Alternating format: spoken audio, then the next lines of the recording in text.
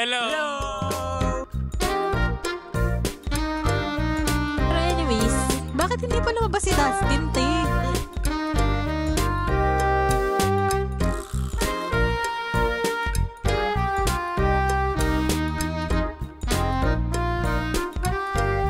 So yun lang, wala pa rin yung food namin. Kasi kaka-order lang namin eh.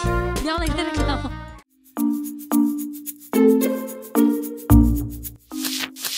Hi guys! Today is Sunday. May mga kasama tayo manguhuli ng Pokemon. Ayan. Hello! Pokemon! Catch them all! Create kami ng party para mat-live on. Start party. Tapos ayan, may mga mission. Lakas naman niya! Kasi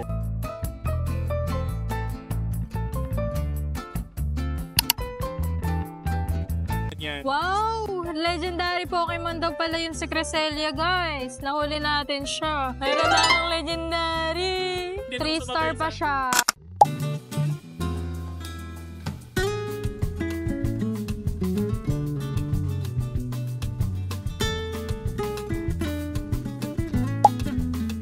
Bumibili kami ng donut dito sa Bad Habits habang nakikipaglaban sa gym. Ayan guys, ganyan mag-multitask. Yun, isa pong creme brulee at saka blueberry cheesecake. Dito na kami sa Cubao Expo. Tumambay muna kami para kumain ng donuts habang nakikipaglaban sa raid. Sarap. From Bad Habits. Literal na Bad Habits.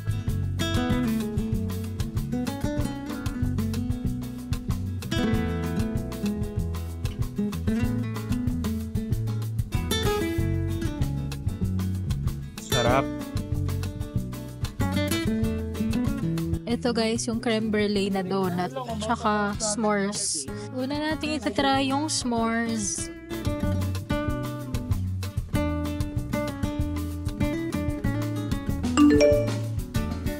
Hi guys! Vlog takeover tayo. Hello guys, nandito may yung may-ari ng channel. So, galing na kami ng Bad Habits. Tinikman namin yung donuts nila doon. They have very good flavors ang donuts. Rating siguro 8 out of 10 for me.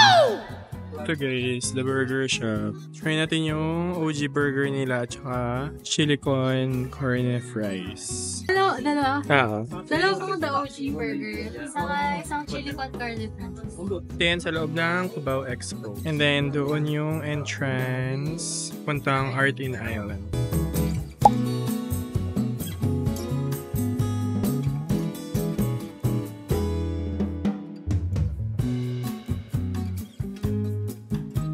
Dumating na yung burger guys. So, in-order namin the OG burger lang. We want to taste the original flavor.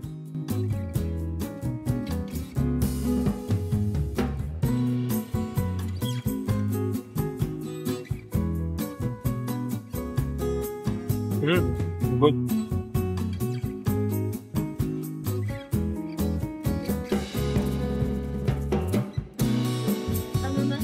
Para sweet. Tapos ito yung fries con carne.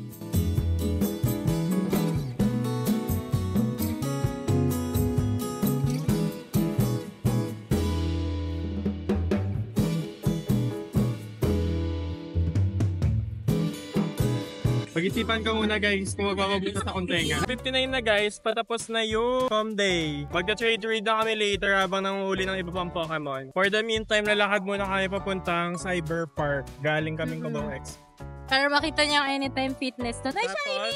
Umabot pa sa 5 PM! Last catch ko, Shiny. Ayan, na-vlog pa. Tawid tayo, guys. Punta tayong Alimol. At saka masaya yung mga dito guys, yung mga driver dito. Bakit? Very knowledgeable sila kasi alam nilang kapag pedestrian, priority ang pedestrian. Ay, shout out. Sa Maynila, hindi ka hihintuan ng mga jeep or ng mga sasakyan kahit nasa pedestrian lane ka kapag wala namang stoplight. Papansin. Galit na galit na. Shout out sa'yo, Aray. May sino ka ba? Sobrang hirap bumaba sa hagdan, guys. Dahil nag-like stay sa face.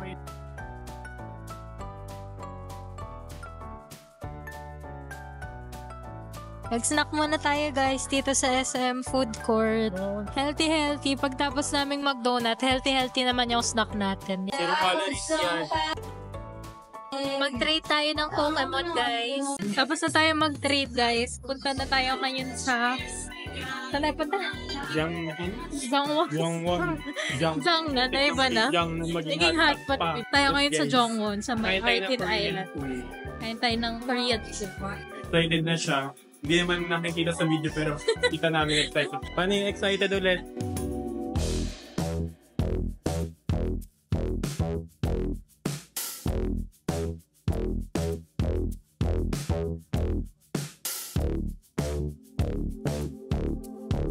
Kita na tayo ulit sa Cubao Expo. Papunta na tayo sa Jongwon para mag-dinner. Tapos ako bang expo? Dinner time na kasi.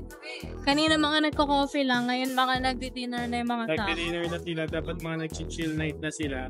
Cause Monday na naman bukas. Dami na. Open na. Kanina ano pa eh. Chill lang yung vibe. Ngayon buhay na buhay na.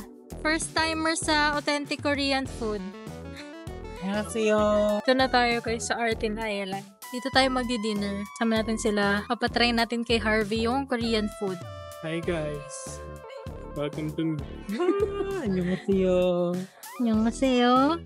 Let's go.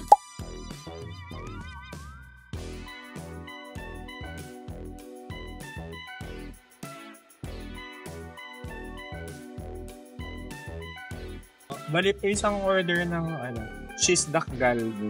Isang donjang jjigae. Isang solong tang. Yung niluto ni Park Seo-joon. Sarap niya. Niluto yun Kasi ni sa Park pang Seo-joon. Jongwon salad. Hi guys. Ilang luha na rin ang Di ba ito pang karaoke? Kailan kaya maling Pala banta nag-karaoke ka kami? Para sa vlog, guys, mag-karaoke muna. Panoorin nyo huwag nyo i-skip. Kailan? Nandito na ulit tayo sa Jongwon. Second time na namin ngayon kumain sa Jongwon. Sinama pa namin sila. First time naman nila. Pero yung order namin, same lang. Kasi masarap na yun eh. Bakit ko pa iibahin, di ba? Ayan, natalo tuloy ako sa Pokemon. Ganito ako mag-multitask eh. Nagbablog ako, nagpa-Pokemon ako. Tapos nakikipag-socialize pa ako sa mga kasama ko. Dahil pinapanood nyo tong video na to guys. Kung sakali lang na pinapanood nyo, i-like nyo na rin. Tapos, mag-subscribe na rin kayo dyan para lagi kayong updated sa mga food trip, charing, sa mga adventures natin. Mag-subscribe kayo dyan, tapos mag-comment kayo kung ano mga gusto nyong sabihin sa amin. Yun lang. Nantay lang namin yung order namin eh. Kaya nililibang ko lang sarili ko. Tsaka kayo. So, masarap dito kaya ni-recommend namin siya sa mga kasama namin. Isa pa sa binabalikan natin dito, yung lighting. Kasi kung makikita nyo, ang ganda ng lighting, oh. Nakaka-fresh. Kahit na pawis-pawisan na ako kanina pa sa labas. 5 out of 5 yung lighting nila. Ano pa ba? Mag-isip kayo ng topic, guys, para hindi boring pang vlog na to. Mag-isip kayo! Ayun guys, marami ako natutunan today sa paglalaro ng Pokemon Go. Kasi may kasama tayong mga Pokemon Masters.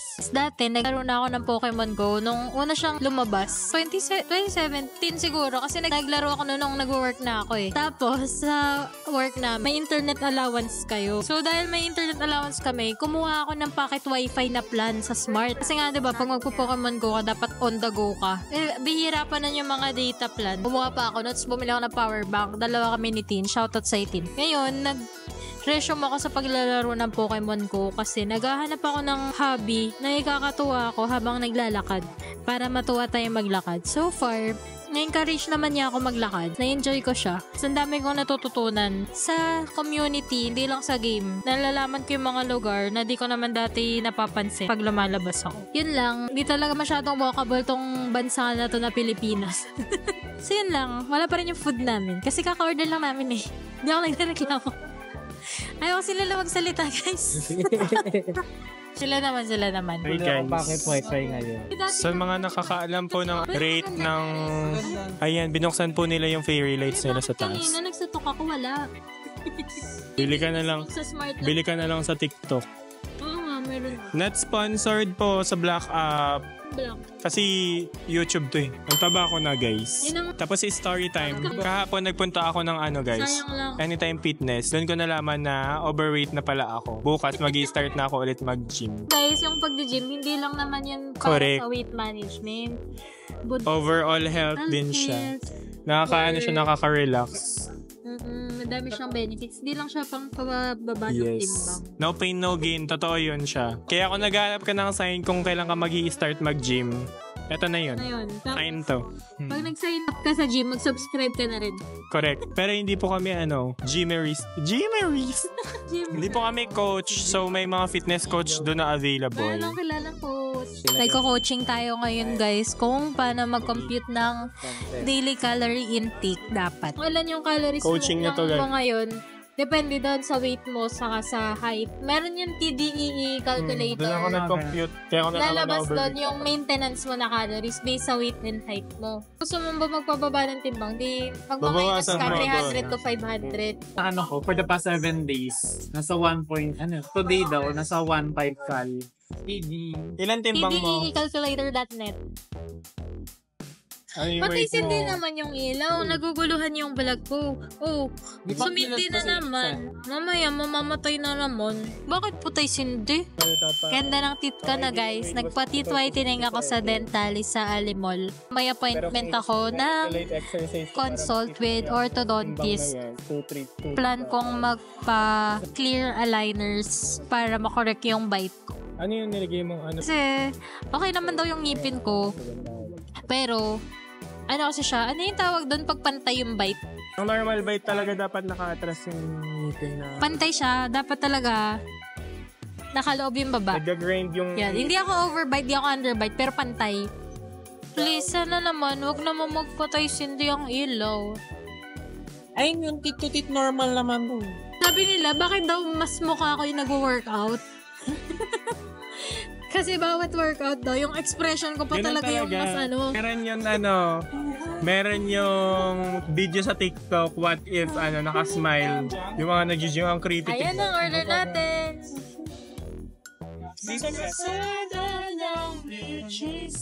Sa amin. Akala ko sa kanila. Sister Gogi. Ayan, for sharing. Wow. Kayo yung salat. Yung gulo-gulo pa yung suko mo. Hindi pa. Dito na yung order namin, guys. Weird talaga ng ilaw na namamatay sindi. So, pakita ko muna yung in-order namin ngayon dito sa Jongwon. Jongwon salad with sesame mayo dressing. Ayan. Tapos, ito naman, cheese duck galbi. Ayan yung pinakagusto namin ipatry kay Harvey. Tapos, ito yung solong tang. Ito yung in-order namin last time na nasarapan kami. Kaya ito. Tapos sila, ang in-order nila is beef doenjang jjigae. Mukhang masarap din. Para may sabaw kami. Then, meron kaming for sharing na duck galbi. Yan ang food natin for today. Pagkakain na sa Korean, sasabihin nyo, jalmok kesumnida. Hindi tadakimasu. Jalbok desinda. Eh, jalmok kesumnida. Buhos na natin tong sesame mayo dressing. Sarap ng dressing. Lasang roasted sesame dressing. I think tama yung pinili namin kaysa yung Yuju lemon. Kasi mas ganito yung gusto kong lasa. Sarap na itong crunchy na something. Para siyang yung palabok sa manam. Fun fact. Di ba tayo mga Pinoy, yung sabaw yung nilalagay natin sa kanin. Yung mga Korean, yung kanin yung sinasawsaw nila sa sabaw. Yun lang, share ko lang. Papakita ko yung 3, 2, 1. Sinasawsaw mong ganyan. Sa kanila kakainin. Pero usually, tatapingan pa nila yan ng kimchi sa kamit. Kaso wala akong chopstick, kaya laban na to. Kimchi, masarap yung kimchi nila dito guys. 5 out of 5. Pwede ring 10 out of 10. Bahala na kayo, basta masarap. Mas legit yung duck galbi dito compared dun sa BBQ na chicken restaurant. Na franchise din yun from Korea eh. Pero mas legit to. Yun kasi parang lasang minuto, lasang fiesta. Hihi. Ganyan dapat yung tteokbokki, hindi matigas. Sa ugo medyo matigas. May tigas talaga dun, guys. Winner yung appetizer.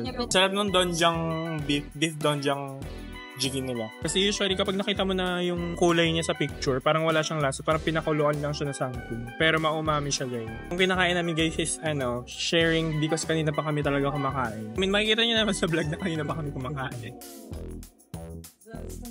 Winner, hindi nakakaumay. Na kumakain. Tama ba? Pang-apat. Ba't saan yung una? Dito, dalawa. Donut. Ayoko nga. SM burger. SM. Kakain dito. Tapos gusto nyo ng appetizer. Jongwon salad. Tapos sesame mayo dressing.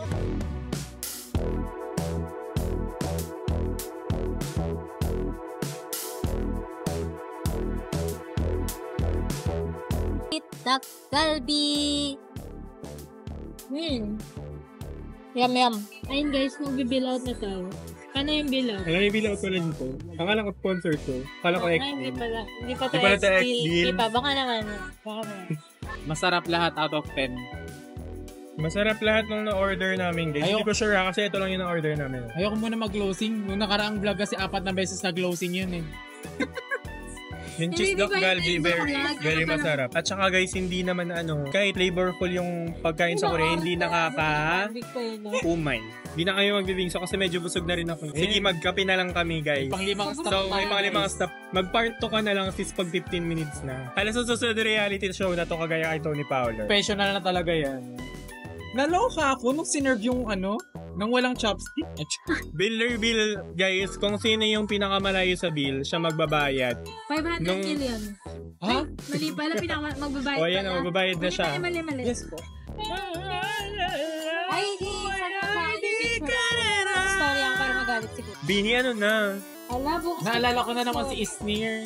Minaraton namin yung mga uploads niya kanina. Inamats namin yung mga upload ni Esnir Nag-aano kasi kanina. one yung pagkakaroon. Shoutout sa iyo, Esnir, paglabas mo ng BBB House. Sana maging big winner si Isnir, no? Ayan, sana yun yung topic kanina. Mamaya sa kapiyan. Juliet na kang lalaki. Si Romeo yan at saka si Juliet. Si Juliet nga daw mukhang lalaki. Ba't nyo naman binash? Hindi talaga. Love wins. Yan, may mga murals din dito, guys. Diba? No to animal experiment. Shout out.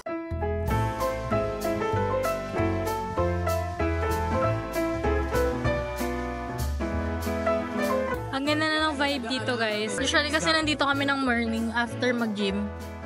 At makikita niyo yun sa mga susunod na araw. Oo, tama. Dito na tayo, guys. Ulit. After na natin mag-dinner sa Jongwon, magko-coffee daw kami.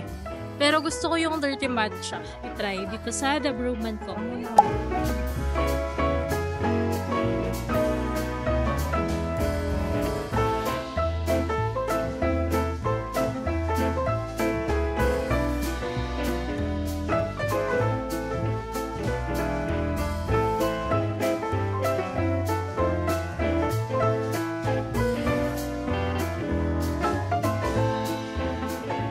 Lang, papatayin.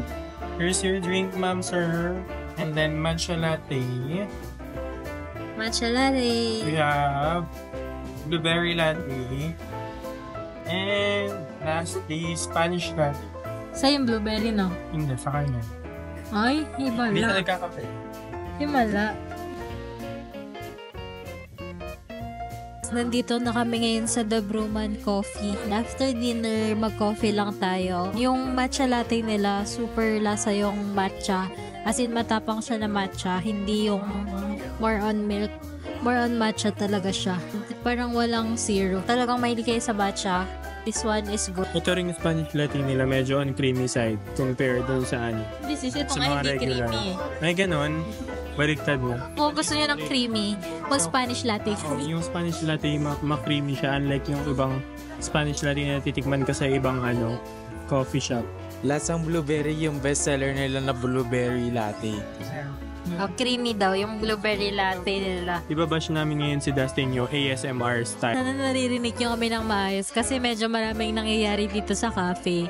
So, kapit tayo sa mic. Kanina pa namin gustong pag-usapan yung PBB. Pinigilan lang namin. Lumipat muna kami ng venue para pag-usapan sila. Kaya parang hindi ito yung proper venue. Kasi may music, tas maraming tao. Mamaya, yung binabash namin, kami yung mabash. Pero anyways, bakit hindi pa lumabas si Dustin, te? Ano ba yun? May nagsayang ng pera doon.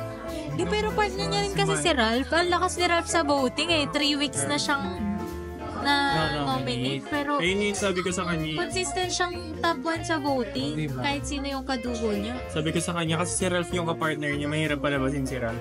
Kasi may Kami fandom na supporter. Si Michael Sager, hindi naman siya ganun pa ka-prominent sa showbiz. Hindi pa masyado. Tapos ano pa, si Emilio pa bago lang din. Halos ba? Uy, pero nalungkot ako na lumabas sila. Kasi sila yung parang mas mature. O si Emilia lang. Yung leadership style niya. Wow! HR.